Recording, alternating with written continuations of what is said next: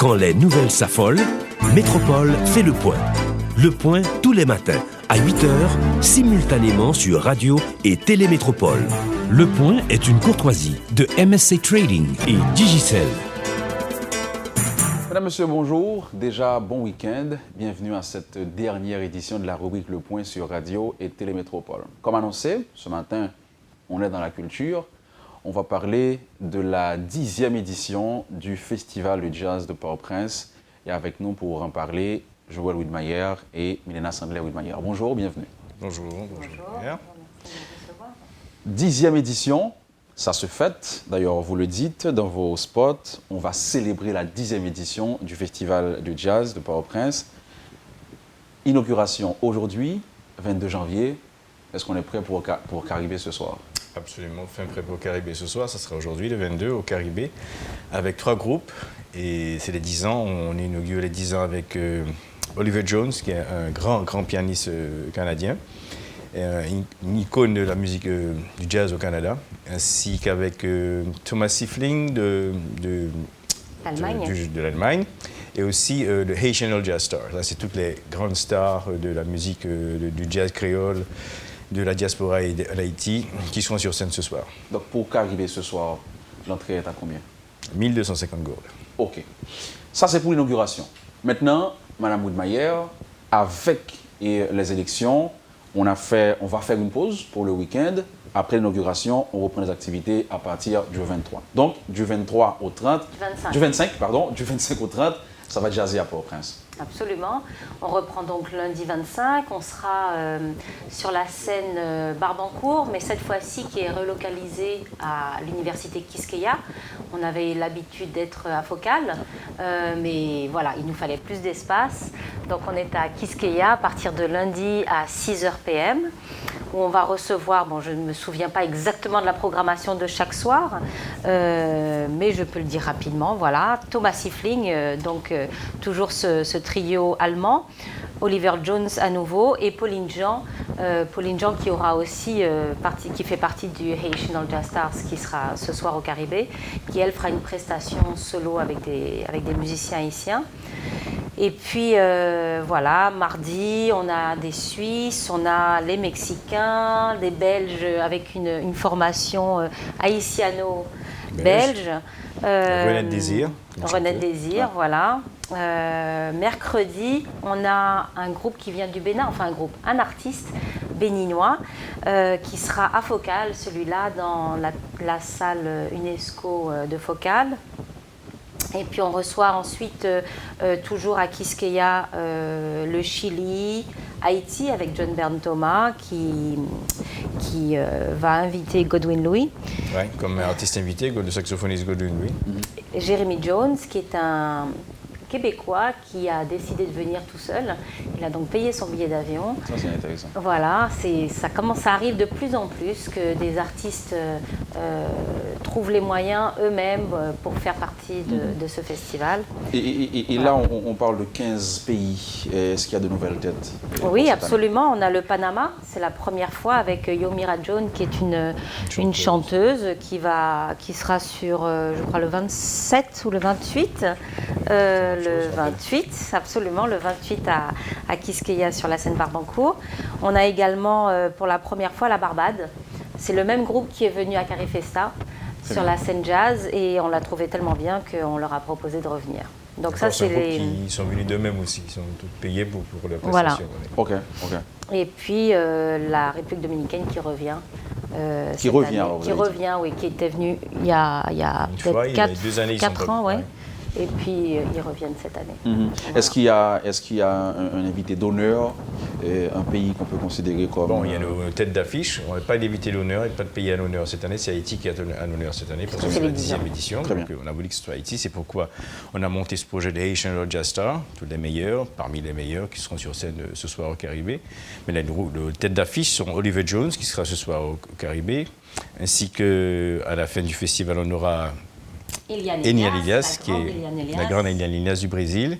Ça, ce sont les productions de la Fondation aussi. C'est dommage qu'on n'a pas eu, devrait avoir Kenny Garrett, qui est le grand saxophoniste américain Kenny Garrett, mais qui ne pourra pas être là. C'était pour le 23. Ouais, c'était, bon voilà, on a dû changer, comme on a dû faire des changements de date, mais il n'a pas pu se changer cette date, lui. C'est comme ça que ça se passe dans ce business. Mais on aura quand même, pendant l'année, on va avoir Kenny Garrett. Le 3 décembre. Le 3 on a décembre. déjà une date. Donc, 2016. Ouais. Très bien. Voilà. Maintenant, on a vu pendant 2 ans et vous avez lancé le festival dans les villes de province. Cette année, je ne suis pas sûr que vous allez faire ça. Pourquoi est-ce que vous avez changé de stratégie? Non, ce n'est pas un changement de stratégie, c'est une question de budget.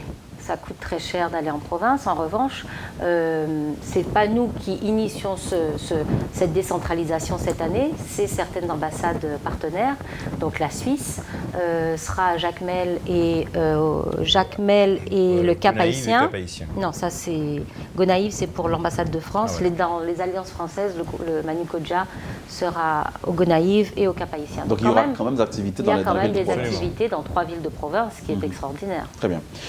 Allons voir pour Haïti, vous l'avez dit, pour la 10e édition, Haïti est à l'honneur. Combien de groupes et d'artistes haïtiens participent à cette Il y en a beaucoup, il y a plus d'une dizaine. Et aussi, il y a ce projet qui vient de Sainte-Lucie. Originalement, c'est de Richard Payne, l'un des meilleurs pianistes de Sainte-Lucie, qui a monté un projet qui s'appelle Wispé pour Haïti, qui est composé de musiciens martiniquais. Donc c'est vraiment Wispé. Oui, avec un Quand j'ai W. lu ça, je me suis dit, mais est-ce que c'est pas un R avec... Non, c'est pas ça. Donc c'est Wispé chez eux, ils disent Wispé, donc c'est bien ça. Donc ce qui veut dire respect pour Haïti, évidemment. C'est un groupe composé de musiciens martiniquais, guadeloupéens, haïtiens et saint-luciens. Donc parmi lesquels Jean Caz et moi qui a joué avec eux dans ce projet. Et finalement, ce projet va atterrir en Haïti. Ils vont jouer pour la première fois. C'est un projet qui a tourné déjà dans la Caraïbe, et en Martinique, en Guadeloupe, à Sainte-Lucie, on a déjà joué. Et finalement, ce projet va avoir le jour en Haïti. Et à la fin du festival, c'est la clôture qu'on aura ce projet. Très bien. Maintenant, allons voir pour les... On parle de 5 jours, 25 ou 30. Allons voir pour les 5 jours. Parfois, les gens se perdent un petit peu. Les scènes, les spectacles. Oui, mais c'est comme ça. C'est un festival. C'est un grand festival. Donc, on peut dire. les différents points pour cette année, rapidement. Bon, c'est pas compliqué. Au fait, il y a l'ouverture qui se fait, la scène Prestige au Caribé. Scène Prestige, Ce soir. C'est ce soir. Après ça, on a du lundi, de 25 jusqu'au jeudi. Ça sera à Quisqueya, à l'université Quisqueya. Vendredi, place Boyer, et la clôture se fait au parc historique, sur la scène Prestige. Mais à part ça, il y a aussi les afters. Il y a aussi le Triomphe. Il y a le Triomphe. Ah, mais là, on se perd. Là, on se perd. Il y a l'Institut français et le Triomphe. Okay. Un festival, en général, ça se passe comme ça. Il y a souvent des concerts simultanément dans des lieux différents. C'est ça l'idée. Donc ce sera le cas cette année. Absolument. Donc, alors qu'on est sur la scène Prestige, on peut, disons à Quisqueya. Voilà. Quisqueya, c'est Barbancourt. Oui, alors qu'on est sur la scène Barbancourt, on ira à la scène Delta qui sera au Triomphe avec un très beau spectacle, avec un concert de Chano Dominguez qui est un grand pianiste espagnol et une création Erol Josué, Omar Sosa qui est un pianiste cubain, et il arrive je crois dimanche Omar de Barcelone, et ils vont à Jacmel préparer, travailler avec Erol, et ils vont revenir nous présenter cette création. La dernière fois qu'on a vu Erol, c'était au Carifesta. Oui. Il a pratiquement épaté tout le monde, donc on était impatients de revoir Erol sur scène. Absolument. Et là, et les afters, comme le disait Joël. Oui, on allait y arriver justement. Il y a les acteurs au Quartier Latin, à Yonvalou, et aussi au Quest Café. Et ce soir à Assou Lounge. Les spectacles payants. C'est les spectacles payants. Il y a 3 scènes payantes. C'est au Caribé ce soir, 1250 gourdes, au Triomphe, 1800 gourdes, et à la clôture au Caribé, au parc historique. De la Canasuc, c'est 1250 gourdes aussi. Inauguration ce soir. Fermeture par canne à sucre. Et il n'y a qu'un seul spectacle à Triomphe. Pour simplifier les choses, on propose aux visiteurs et toi aussi de downloader le app. Il y a un app du festival. Voilà ce qui est mieux. On va sur App Store et puis on download Pap Jazz Haïti. Donc il y a une application pour le festival. On va sur App Store et Pap Jazz Haïti, et là on a tout ce qu'il faut. Toutes les informations sont là, les lieux et toutes les informations sur les artistes, les bios des artistes, même les vidéos et tout. On peut tout voir. S'il y avait des changements, des choses comme ça, eh bien, on va tout poster sur l'application. Il y a le site aussi, www.papjazzhaiti.org. Et puis pour procurer les flyers, le livret du festival qui a toutes les informations. Et ça se trouve partout dans les points de vente, on les trouve. On va, et après la pause, revenir sur un bilan. On parle de 10 ans. Évidemment, il faut parler de bilan. Mais on peut tout aussi voir l'impact de la situation sociopolitique sur le festival durant toutes ces années, particulièrement ici pour la 10e édition. Mais ce sera après la pause. Avec nous ce matin, Joël Widmayer et Milena Sangler-Widmayer pour parler de la 10e édition du Festival international de jazz de Port-au-Prince. Ce soir, l'inauguration, c'est déjà au Caribé. Restez avec nous, plus d'infos, ce sera après la pause. Le Point est une courtoisie de MSC Trading et Digicel. Merci de votre patience. Comme annoncé, ce matin, on parle culture, on est dans le culturel. Parallèlement aux festivités carnavalesques, il y a aussi le Festival international de jazz de Port-au-Prince. On parle de la 10e édition. Ça se fait, je viens de le dire, avec Joël et Mme Widmayer, on essaie de faire le point. On a vu avant la pause les différentes scènes. On a vu aussi pour les différents artistes et groupes qui seront présents. On parle de 10 éditions pour le moment. Et Haïti Jazz a tenu bon pendant 10 ans. Qu'est-ce qui vous motive encore à réaliser ce festival? L'amour de la musique au départ, l'amour de faire de belles choses, de monter ce festival. C'est la passion, c'est une passion de faire ce genre de... Les gens qui sont dans ce genre de projet, qui sont dans ce genre de métier, c'est d'abord la passion qui est le drive, qui est le moteur. Et autrement, parce qu'il y a beaucoup d'obstacles, beaucoup de difficultés, comme vous pouvez le savoir, faire des projets comme ça en Haïti. Et tenir ça pendant 10 ans, c'est pas simple. Mais comme je vous dis, c'est parce qu'on est passionné de ce qu'on fait. Et c'est surtout, il n'y a pas d'argent dans un projet pareil. Il n'y a surtout pas d'argent du tout. Et c'est vraiment pour l'amour de la musique et d'offrir à ce public et aux musiciens haïtiens, au créole jazz, donner une chance aussi au créole jazz de se propulser, de créer une scène de jazz en Haïti. Je crois qu'avec 10 ans après le festival, on a pu vraiment créer une scène. On peut dire qu'il y a du jazz, il y a toute une nouvelle génération de musiciens qui font du jazz maintenant. Donc ça a pu créer tout ça. On est très content de voir 10 ans après ce que ce festival a apporté. Et voilà. Et donc aussi, vous pensez avoir impacté le secteur aujourd'hui? Absolument. Je crois qu'on a quand même, on a apporté notre pierre quand même, on a apporté quelque chose quand même, parce qu'avant, aujourd'hui dans tous les restaurants, on dit Milena très souvent, maintenant il y a du jazz un peu partout. Avant le jazz c'était musique, on ne sait pas ce que c'est exactement, c'est une musique un peu difficile, c'est une musique d'élite. Oui, c'est vrai un peu, le jazz est un peu quand même, reste une musique d'élite dans certains pays, mais le jazz aussi s'est ouvert beaucoup à d'autres musiques. Le jazz c'est élargi musicalement. Le jazz, il y a des jazz beaucoup plus simples, il y a qui sont un peu plus compliqués aussi musicalement, mais le jazz en général devient une musique aussi accessible à tout le monde. Donc aussi, et dans ce festival aussi, on a ouvert déjà le festival à d'autres musiques qui ne sont même pas du jazz des fois, mais aussi des jazz beaucoup plus simples aussi, beaucoup plus accessibles. Donc c'est ce qui rend ce festival plus accessible aussi à tout le monde. Et cette musique en général, moins une musique, comme dirais-je, une musique... les gens sont toujours un peu réticents à cette musique parce que c'est une musique compliquée, mais non, pas du tout. Et maintenant, partout, on écoute du jazz. Un petit groupe qui joue du jazz, c'est très bien. Les gens, le public est plus au courant maintenant de ce que c'est que le jazz, que ce que ça peut être aussi aujourd'hui. Ils peuvent sortir maintenant pour une soirée si c'est acoustique qui joue, ou si c'est avec John Bian Thomas. Voilà, et donc les gens qui aiment plus le jazz que d'autres, évidemment. Ouais. Mais le jazz est une musique quand même ouverte aujourd'hui qui s'est élargie beaucoup. Très bien.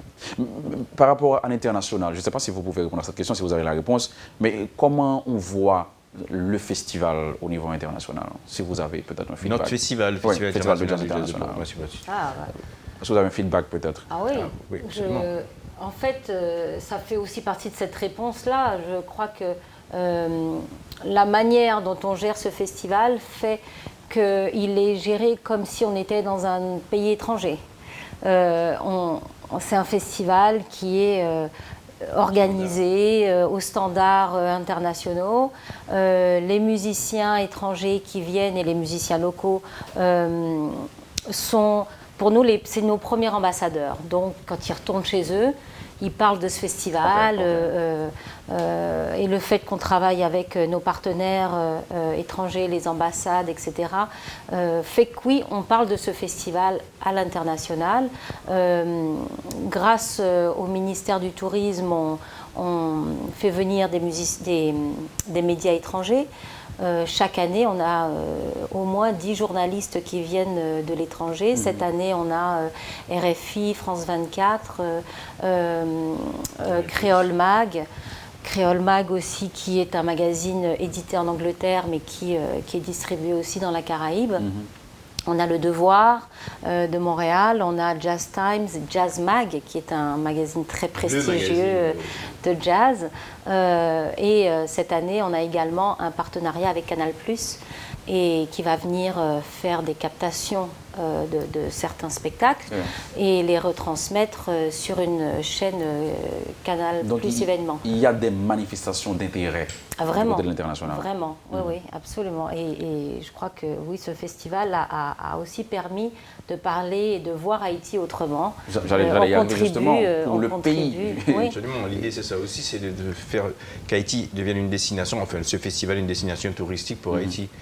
Et quand on regarde dans d'autres pays comme à Montréal ou bien dans les grands festivals de jazz qui existent dans le monde, il y a beaucoup de gens qui se déplacent pour aller à un festival. Justement, sur ce point, vous pouvez vous targuer d'avoir réussi le côté touristique. Pas encore, on s'y met justement, et il faut aussi le support du tourisme aussi, le ministère du Tourisme qui peut, bon je crois qu'ils ont compris, mais il faut peut-être mettre encore un petit peu plus d'efforts là-dessus, et on a même proposé des packages sur le site, on peut aller voir des packages qui évitent, il y a différents packages pour proposer aux gens de venir au festival, et bon, on profite pour visiter le pays et faire plein de trucs pendant le festival, et aller à la mer, Jamel, etc.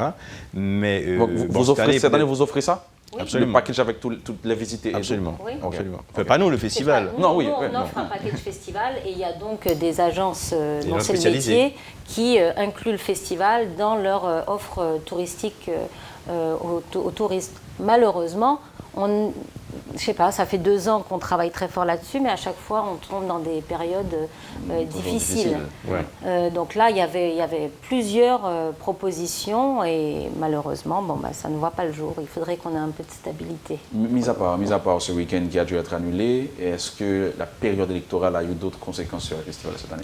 Absolument. On a dû tout changer plein de choses. Il y a 2 artistes qui ne pouvaient plus venir, qui n'ont pas pu venir à cause de l'échangement de date.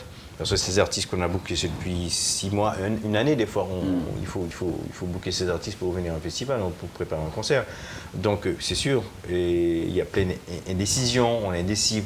Voilà, c'est sûr, ça va impacter le festival ainsi que le public. Moi, je souhaite que, comme on a dit, là, maintenant dans le spot, tout s'arrête et maintenant c'est... On prend une trève. Je crois que les gens ont besoin de ça, de sortir, de faire autre chose que de parler politique. Je crois que tout le monde a envie... On a vu ça dimanche pour la première journée pré-carnavalesque, on a vu comment ils étaient nombreux dans les rues. Donc on sent qu'il y a une envie de se défouler et peut-être le festival est bienvenu dans ce contexte. Mais est-ce qu'il n'y a pas de... Vous avez dit que c'est pour le changement de date qu'on a perdu au moins 2 artistes, mais il n'y a pas de crainte, par exemple, côté artiste, est-ce que vous ne recevez pas quand même des appréhensions? Si, on a l'ambassade américaine a dû à la dernière minute annuler la participation de la chanteuse Caroline Malaki parce qu'ils ont des règles à suivre de leur côté. Donc oui, c'est quand même... on a les Cubains. On avait un groupe cubain qui devait venir, des jeunes, pour les mêmes qui raisons, s'appelait Open Mind Jazz Project, et ils ont dû annuler leur participation alors qu'on avait déjà, tout était payé les billets, Sunrise avait fourni les billets, enfin bon, et puis la semaine prochaine... Donc c'est compliqué. Maintenant, on parle de 25 janvier, on sait que le 24 devrait avoir élection. Pour cette première soirée, et après la soirée inaugurale, bien sûr, il faut être positif. Absolument. Après le 24, on ne sait jamais. C'est sûr, arrivé à ce moment-là, on peut plus. C'est le point de non-retour. Ça serait le point de non-retour. Il faut canceller tout le festival ou bien on continue. On fera avec ce qu'on peut faire. J'espère que le public, ils vont comprendre. Ouais, on prend le risque de dire qu'on continue, mais si la rue n'est pas sécure, on ne va pas prendre ce risque-là. En revanche, on annoncera qu'on ne fait pas. Si jamais on ne va pas mettre en danger qui que ce soit, certainement pas les artistes, certainement pas les journalistes étrangers, personne. Et les conséquences le public seront non lourdes, plus. ça c'est clair. Bien sûr, donc non, on ne va pas prendre de risque.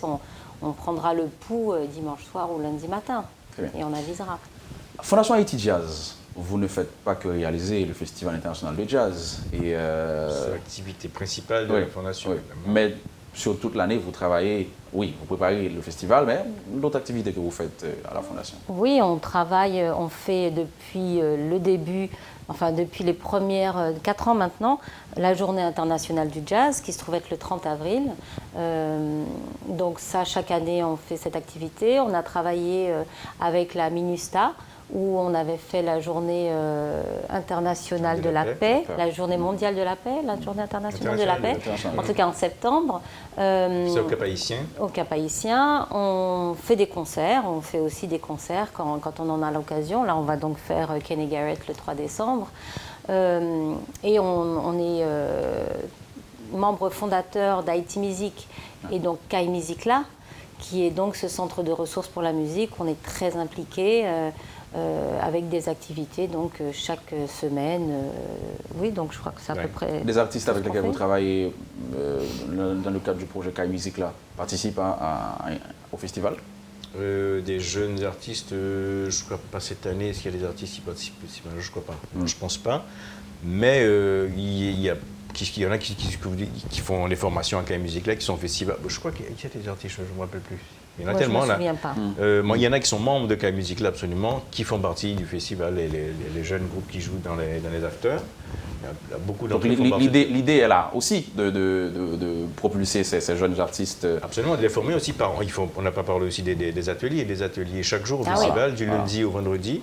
À Kai Music là, il y a des ateliers. Et à Focal. Et à Focal, il y a des ateliers chaque jour. Donc tous les membres de Kai Music là sont bienvenus à ces ateliers, ainsi que le public en général. Ils viennent venir aux ateliers, absolument. Et comment est-ce qu'on peut rester connecté avec le festival? C'est vrai, mis à part l'application sur smartphone, mais est-ce qu'on aura des émissions, Oui, absolument. On a donc Air France cette année qui sponsorise les coulisses du festival sur Métropole. Donc avec Stanley Figaro. Votre Stanley Figaro et Béatrice Compère, qui est notre MC au festival. Voilà, on aura donc chaque jour, quotidiennement, des interviews des artistes, du public. Voilà, donc on a très hâte de voir ça. Mettez Place Boyer, et est-ce que ça n'est passé? Oui, possible. Gagner un groupe qui te font travailler à Place Boyer, ça va être chargé. Je ne pas songer non, mais c'est un groupe qui te joué avec un pile d'instruments avant. On appelle encore les filles avec les big bands là. De New Orleans. Oui, le groupe de New Orleans. Le groupe ça te font être Soul chargé. Rebels. Soul Rebels. Il va tourner à ça? Ben non, bon, on va faire revenir certains groupes l'année prochaine, mais cette année on aura aussi un big band, qui vient de la République dominicaine. La République dominicaine, c'est un big band. Ils sont 20 sur scène. C'est un big band avec 6 trombones, 4 saxophones, une section de percussion, batterie, clavier, voix, tout ça. Donc il y a un big band et aussi il y aura le projet Caméléon. C'est un jeune groupe haïtien qui va jouer aussi à Place Boyer. On aura aussi à Place Boyer les Suisses, le groupe suisse qui s'appelle Pascal Cher, qui va faire une combinaison d'instruments africains et des corps des Alpes, et voilà, assez spécial comme sonorité. Voilà, donc c'est tout ça à Place Boyer. Mais le big band dominicain, là, ça peut aussi mettre l'ambiance au niveau de Place Boyer. Très bien. Alors, ce qu'il faut retenir de cette 10e édition, on va dire ce soir, soirée inaugurale à Caribé, et c'est une scène payante, vous l'avez dit. Et, les billets, on peut les trouver au Caribé, à Ticket Zone. Ticket Zone c'est un nouveau partenaire et on peut trouver les billets online aussi chez ticketzone.com, à la Pléiade également pour les billets. Le Métropole. En général. À Métropole, absolument, à Métropole, toujours. Et on a Triomphe. Oui, c'est le jeudi 28. C'est le jeudi 28. Et la clôture au parc historique. Maintenant, chaque soir à partir du 25, il y aura les afters à Quisqueya, tout à fait. Les afters de Capital Carte tous les soirs dans un lieu différent. Voilà, je pense que c'est à peu près quand même 15 pays retenir. Et 25 au 30, soit inaugural ce soir. Et puis, comme artiste haïtien, on a parlé d'Émile Michel, on a parlé de René Plaisir. Il y a plein d'autres jeunes haïtiens ou haïtiennes. Rudino ce soir. Aussi. Jaël Auguste, qui fait de la contrebasse. Qui sera pas ce soir, mais au quartier latin à la clôture du festival. Il y a aussi Sarah Jean Rameau. Qu'est-ce qu'on a encore? Oui, on a. John Bernthoma est déjà. Lui-là. Les Challengers. On a les Challengers. On a des jeunes et des moins jeunes. Donc, Challengers, c'est des. Ça va être très chouette. On aimerait aussi prendre un petit temps pour remercier les sponsors, notamment nos partenaires et nos sponsors. Et Prestige, Air France, Delta, qui encore Barbancourt, évidemment Digicel, Capital Card, Avis et tous ces gens-là. Et le Nouvelliste. Les médias partenaires aussi. Voilà, Radio Télémétropole. L'Unique qui nous accueille cette année également. Voilà. Oui, j'ai dit, le Nouvelliste. Bien sûr, le ministère de la Culture, qui est on est sous le haut patronage du ministère de la Culture, le ministère du Tourisme, la BRH Focale, la mairie de Pétionville, et nos ambassades partenaires, l'Allemagne, la Barbade, la Belgique, le Bénin, le Brésil, l'Espagne, la France, Mexique, Panama, République dominicaine et la Suisse. Voilà. Et les États-Unis, qui malheureusement ne participent pas, mais sont un partenaire incontournable, la Fondation Canès Auguste, Green Family Foundation, c'est important de le dire parce que, oui, et grâce à la Green Family Foundation, on a une conférence sur les origines du jazz. Ça sera lundi 25 à Caille Musique, là. C'est bien de le dire. Ce qu'il faut retenir d'abord, ce qu'il faut faire maintenant, c'est aller télécharger Pop Jazz sur Google Play et App Store pour rester connecté avec le festival. Absolument. Merci Joël, merci Madame Moudmayer. On a parlé ce matin de la 10e édition du festival. N'oubliez pas, ce soir, la grande ouverture, la soirée inaugurale, c'est au Caribé. C'est à partir de 6h PM. 6h. Et il y aura 3 groupes, on a dit. Oliver Jones sera là ce soir. Thomas Sifling Trio et le Haitian All Jazz Stars. Voilà, pour la grande ouverture. On va voir ce que ça va donner pour ce week-end. Si tout se passe bien, lundi, 6h, sur quelle scène? Barbancourt. On lance les 5 jours d'activité à Port-au-Prince. Merci d'avoir été avec nous. Merci d'avoir répondu à l'invitation. Excellent week-end. C'est un week-end électoral, on le sait. Sur Métropole, on va vous informer de toutes les dernières informations. Bien sûr, restez avec nous pour un bon week-end et une excellente journée. Mon nom est Pierre Lao. Quand les nouvelles s'affolent, Métropole fait le point. Le point tous les matins à 8h, simultanément sur Radio et Télémétropole. Le point est une courtoisie de MSC Trading et Digicel.